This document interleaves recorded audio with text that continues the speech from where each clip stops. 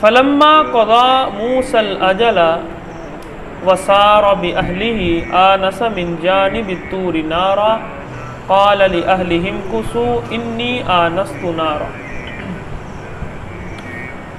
موسیٰ علیہ السلام کے واقعے کو اللہ تعالیٰ بیان فرما رہے ہیں۔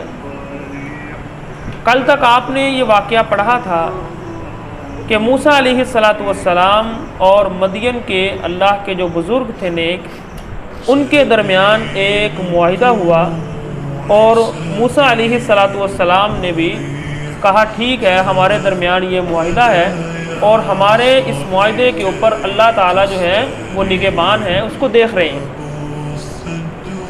آج کے سبق میں اللہ تعالیٰ نے وہ ساری بات جو اس کے درمیان معاہدہ ہوا اور معاہدے کے بعد پھر وہ وقت گزرا، اس چیز کو اللہ تعالیٰ نے جو ہے نا وہ سمجھ لے کے کٹ کر دیا، اور اب اللہ تعالیٰ موسیٰ علیہ السلام کے واقعے کو وہاں سے بیان کر رہے ہیں جہاں موسیٰ علیہ السلام کی مدت پوری ہوئی۔ اب موسیٰ علیہ السلام کے ساتھ ان کی بات ہوئی تھی کہ یا تو آپ 8 سال کی مدت، تو اگر آپ 10 سال گزارنا چاہیں تو یہ آپ کی طرف سے نیکی ہے۔ اب موسیٰ علیہ السلام نے 8 سال یا 10 سال دونوں میں سے ایک مدت پوری کی، اس کی صراحت کہیں ملتی نہیں ہے، نہ تورات میں ملتی ہے نہ قرآن میں ملتی ہے کہ وہ کتنی مدت تھی، لیکن محدثین کا یہ خیال ہے، اور عبداللہ بن عباس رضی اللہ تعالی عنہما کے قول کے مطابق، جو یہ قول ایک سند سے آتا ہے کہ موسیٰ علیہ السلام نے وہ مدت جو تھی وہ 10 سال پوری کی، کیونکہ پیغمبر ہے تو پیغمبر ہمیشہ بہتر چیز کو اپناتے ہیں، تو اس چیز کو مد نظر رکھتے ہوئے، کوئی دلیل نہیں ہے، کوئی الفاظ نہیں ملتے ایسے، آپ کہیں کہ الفاظ دکھائیں تو ایسے نہیں ملیں گے۔ بہرحال پیغمبروں کا ایک خیال کرتے ہوئے کہ پیغمبر ہمیشہ بہترین چیز کو اپناتے ہیں، تو اس چیز کو سامنے رکھتے ہوئے ایسا محسوس ہوتا ہے کہ موسیٰ علیہ السلام نے جو مدت 10 سال کی تھی اس کو پورا کیا۔ اب دوسری بات یہ، محدثین فرماتے ہیں کہ ان 10 سالوں کے اندر جو فرعون اس وقت تھا جب موسیٰ علیہ السلام اس علاقے سے نکلے تھے، ان 10 سالوں کی مدت میں پھر وہ نہیں رہا، اور جب موسیٰ علیہ السلام وہاں واپس گئے تو اس وقت جو فرعون تھا وہ اور تھا، جب نکلے تھے وہ اور تھا، اور جب واپس گئے اس وقت کا بادشاہ اور تھا، یعنی وہ ان سالوں کے اندر فوت ہو گیا۔ باقی اللہ عالم، اللہ بہتر جانتے ہیں ان معاملات کو۔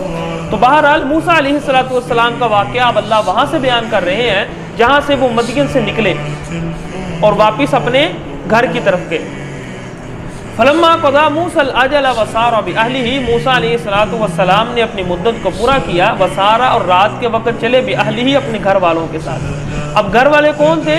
ظاہر ہے بیوی تو ہوگی، لیکن تورات کے اندر یہ چیز ملتی ہے کہ ان کے 2 بچے بھی تھے، ٹھیک ہے نا، اس کی صراحت قرآن نے نہیں کی، لیکن بہرحال تورات کے اندر یہ چیز ملتی ہے کہ ان کے 2 بچے بھی تھے، ٹھیک ہے جی۔ آنس من جانب الطور نارا، موسیٰ علیہ السلام نے دیکھا کہ پہاڑ جو طور ہے اس کی ایک جانب آگ نظر آئی ان کو۔ قال لأہلہ امکثوا انی آنست نارا، تو اپنے گھر والوں سے کہا آپ یہاں پر ٹھہرے، میں آپ کے لیے وہاں سے آگ لے کر آتا ہوں۔ کس مقصد کے لیے؟ لعلی آتیکم منہا بخبر، ایک مقصد تو یہ ہے کہ جب وہاں جاؤں گا تو پتہ چل جائے گا کہ یہ علاقہ کون سا ہے، اور ہم نے اس مقام پر جانا ہے، وہاں جانے کے لیے اگر کوئی قافلہ ہے تو ہم ان کے ساتھ مل جاتے ہیں۔ جب لوگوں نے سفر کرنا ہوتا تھا پہلے دور میں تو یہ معلوم کرتے تھے کہ کیا کوئی قافلہ جانے والا ہے اس علاقے میں، تو ان کے ساتھ چلے جاتے، یہ پھر حفاظت کے لیے، ٹھیک ہے نا۔ بڑا قافلہ ہو تو جو ہوتے لٹیرے ڈاکو یہ حملہ کرنے کے لیے یا لوٹنے کے لیے پھر سوچتے ہیں، عام 1-2 بندہ ہو تو پھر ان کے لیے مسئلہ نہیں ہوتا۔ تو اسی طرح انہوں نے کہا بھی میں کوئی خبر لے کر آتا ہوں، اگر تو وہاں کوئی قافلہ ہوگا تو ان کے ساتھ مل جائیں گے۔ تو دوسرا یہ کہ وہاں سے میں کوئی آگ وغیرہ بھی لے آؤں گا، تو ظاہر ہے معلوم ہوتا ہے کہ وہ دن سردیوں کے ہوں گے، اس لیے آگ کی ضرورت محسوس ہوئی۔ فلما اتاها نودي من شاطئ الوادي الايمن في البقعة المباركة من الشجرة ان يا موسى، موسیٰ علیہ السلام وہاں آئے تو اللہ تعالیٰ فرما رہے ہیں کہ اس پہاڑ کی ایک جانب سے فی البقعة المبارکہ، اس علاقے کے بابرکت ٹکڑے میں سے من الشجرۃ، درخت سے آواز آئی، یعنی موسیٰ علیہ السلام سے جس طرح اللہ نے کلام کیا ہے یہ کسی اور نبی کو شرف نہیں ملا. اور پھر اللہ نے اس کلام کی وضاحت اس طرح کی کہ ایسے نہ سمجھے کہ وہاں ایک کھلا میدان ہے تو کہیں سے آواز آ رہی ہے, یہ نہ سمجھے. میں نے موسیٰ علیہ السلام سے بات کس طرح کی, من شاطئ الوادی الایمن, ایک وادی ہے اور وادی کی دائیں جانب ہے, یعنی موسیٰ علیہ السلام کی جو دائیں جانب وہ ہے فی البقعۃ المبارکہ, ایک بابرکت ٹکڑا ہے دائیں جانب. موسیٰ علیہ السلام کی دائیں جانب ایک ٹکڑا اور اس ٹکڑے کے اندر ایک درخت ہے, اس درخت سے میں نے بات کی, وہاں سے موسیٰ علیہ السلام کو آواز آئی. اور وہ جو آگ نظر آ رہی تھی وہ میں نے آپ کو اس سے پہلے جب موسیٰ علیہ السلام کا واقعہ پڑھا وہ بتائی تھی کہ وہ آگ نہیں تھی, وہ اللہ کا نور تھا. اس طرح کے حدیث میں آتا ہے نا, اگر اللہ اپنے سامنے سے حجاب ہٹا دیں تو اللہ کے نور کی جو تجلی ہے وہ دنیا کو جلا کر راہ کر دے, تو وہ سمجھ لیں اللہ کے نور کا پردہ ہے وہ بھی چمک رہا ہے. اللہ کے نور کا جو پردہ ہے, جو اللہ نے اپنے نور کے سامنے پردے رکھے ہوئے ہیں وہ بھی چمکتے ہیں, ٹھیک ہے نا. جس طرح کہ عائشہ رضی اللہ تعالی عنہا سے کسی نے پوچھا تھا کہ کیا اللہ کے رسول نے اللہ تعالیٰ کو دیکھا ہے, تو انہوں نے کہا تھا نہیں بھائی اللہ کو نہیں دیکھا, وہاں اللہ کے نور کے پردے کو دیکھا ہے, اللہ کے سامنے جو پردہ ہے اس کو دیکھا ہے. اور ایک روایت میں آتا ہے کہ وہ پردہ آگ کا ہے, تو وہ آگ ہو یا نور یعنی ایک چمکتی چیز ہے. تو بہرحال موسیٰ علیہ السلام نے بھی اللہ کے وہ جو نور کا پردہ ہے وہاں وہ دیکھا اور وہاں سے ان کو آواز آئی, کیونکہ انسانی آنکھ ہے تو اللہ تعالیٰ کو دیکھ تو نہیں سکتی, اس لیے وہ جو پردہ ہے اسی کو ہی دیکھا اور اللہ تعالیٰ سے پھر انہوں نے کلام کی. وان الکی, اب جب موسیٰ علیہ السلام نے دیکھا تو انی ان اللہ, اللہ تعالیٰ نے فرمایا میں اللہ ہوں. وان الکی عصاک, اپنی لاٹھی کو پھینکو, اپنی لاٹھی کو پھینکو.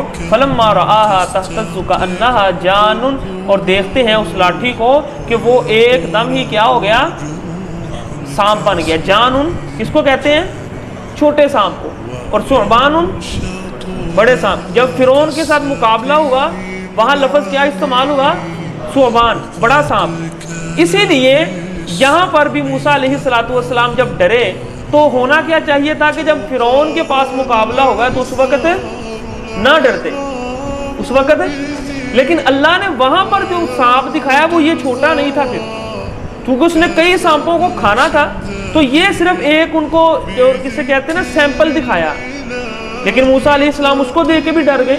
اب ہونا یہ چاہیے تھا کہ جب فرعون کے ساتھ مقابلہ ہو رہا تھا اس وقت جب لاٹھی پھینکی وہ سانپ بن گئی, پھر موسیٰ علیہ السلام ڈر گئے. حالانکہ وہاں ڈرنا نہیں چاہیے تھا. ڈرے کیوں, اس لیے کہ وہ سانپ اب اس طرح کا سانپ نہیں تھا جو پہلے دیکھا تھا, وہ ایک بڑا اژدہا بن گیا. تو یہ دونوں وجہ ڈرنے کی یہ بنی کہ پہلے دیکھا نہیں تھا کبھی اس طرح کی چیز کو, اور وہاں جو دیکھا وہ بھی پہلے نہیں دیکھا تھا کہ اتنا بڑا سانپ بن گیا, تو اس سے خود بھی ڈر گئے. جسے اللہ تعالیٰ نے پھر کہا تھا لا تخف, ڈرو نہیں. تو جب یہ چیز سانپ دیکھا تو وہاں سے پھر گئے. یا موسیٰ اقبل ولا تخف, اے موسیٰ ڈرو نہیں, لوٹ کر واپس آؤ. انک من الآمنین, تم تو امن والے لوگوں میں سے ہو جن کو ہم نے امن دیا ہے.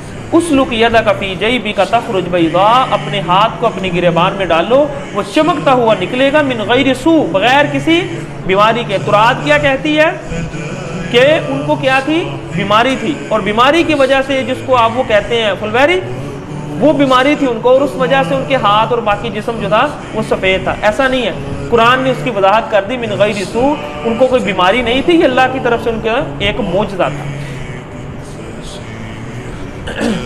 اسلک یدک فی جیبک تخرج بیضاء من غیر سوء واضمم الیک جناحک من الرحم. یہاں اللہ نے ایک بڑی اہم بات ان کو بتائی کہ جب آپ کو دیکھیں, اب جس سفر پر آپ نکلنے لگے ہیں نا, اب آپ کو قدم بہ قدم کوئی نہ کوئی خوف کا سامنا کرنا پڑے گا. تو اس کے لیے طریقہ کار یہ ہے کہ جب بھی آپ کو خوف محسوس ہو تو اپنے اس بازو کو اپنے پہلو کے ساتھ اس طرح ملا لیں زور سے, اللہ آپ کے دل سے اس خوف اور رعب کو دور کر دے. وضمم الیک جناحک, اپنے بازو کو ملا لیں اپنی طرف, من الرہب, خوف سے. تو اسی لیے بعض محدثین کا خیال ہے کہ اگر اس طرح کوئی گھبراہٹ ہو رہی ہو تو اس طریقے کو اختیار کیا جا سکتا ہے. تو ہو سکتا ہے اللہ تعالیٰ عام انسان کو بھی اس سے کوئی فرق محسوس کروا دیں, ٹھیک ہے، لیکن بہرحال موسیٰ علیہ السلام کو اللہ نے یہ کہا تھا کہ آپ جب جا رہے ہیں تو اگر آپ کو وہاں کوئی خوف محسوس ہو تو آپ اس طرح جو ہے نا اپنے بازو کو اپنے ساتھ نکالیں. فذالک برہانان من ربک، یہ دو دلیلیں ہیں تیرے رب کی طرف سے، ایک دلیل سانپ والی اور دوسری یہ جو آپ کا ہاتھ چمک رہا ہے، یہ دونوں لے کر فرعون اور اس کے سرداروں کے پاس جاؤ. انہم کانوا قوما فاسقین، پہلے ہی اللہ نے بتا دیا وہ اللہ کے بڑے نافرمان لوگ ہیں، تو آپ کے ساتھ بدتمیزی بھی کر سکتے ہیں، آپ کو برا بھلا بھی کہہ سکتے ہیں، تو پریشان نہیں ہونا. ٹھیک ہے، تو آپ ان کے پاس اللہ کا یہ پیغام لے کر جاؤ، تو میں آپ کے ساتھ ہوں، میں آپ کی مدد انشاءاللہ کروں.